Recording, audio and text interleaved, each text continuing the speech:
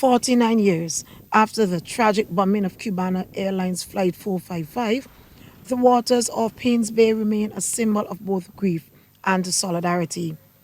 Diplomats from Cuba, Guyana, and CARICOM joined Barbadians in paying tribute to the pilot and 72 passengers whose lives were lost just miles from this very shore.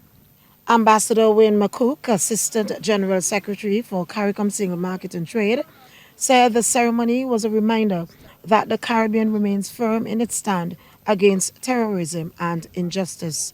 We must remember and reflect upon that tragic moment in our history, and in so doing, recommit ourselves to the goal of peace and cooperation for good across our region and the world at a time of great instability, uncertainty, and risk. Consul General for the Republic of Guyana, Geneva Ross Tyndall, says that acts of terrorism are still ongoing and it's costing many innocent lives. Sadly, the shadow of terror persists in this age. The latest Global Terrorism Index shows a rise in attacks carried out by lone actors, extremist groups, and even state-backed forces. The methods may evolve, but the results remain the same. Innocent lives are destroyed, communities destabilized, and fear deliberately sown. No place is immune.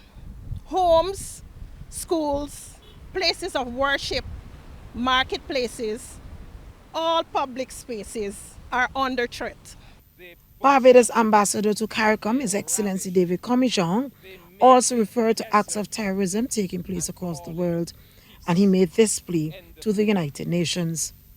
In the names of the 73 victims of the Cubana tragedy of 6 October 1976, I call upon the United Nations Organization to take immediate steps to bring the reprehensible terrorism and genocide that is currently being inflicted on the people of Sudan and Gaza to an immediate halt. An excerpt from late Cuban President Fidel Castro's 1976 address was recited, recalling his call for justice and peace in the aftermath of the Cubana attack.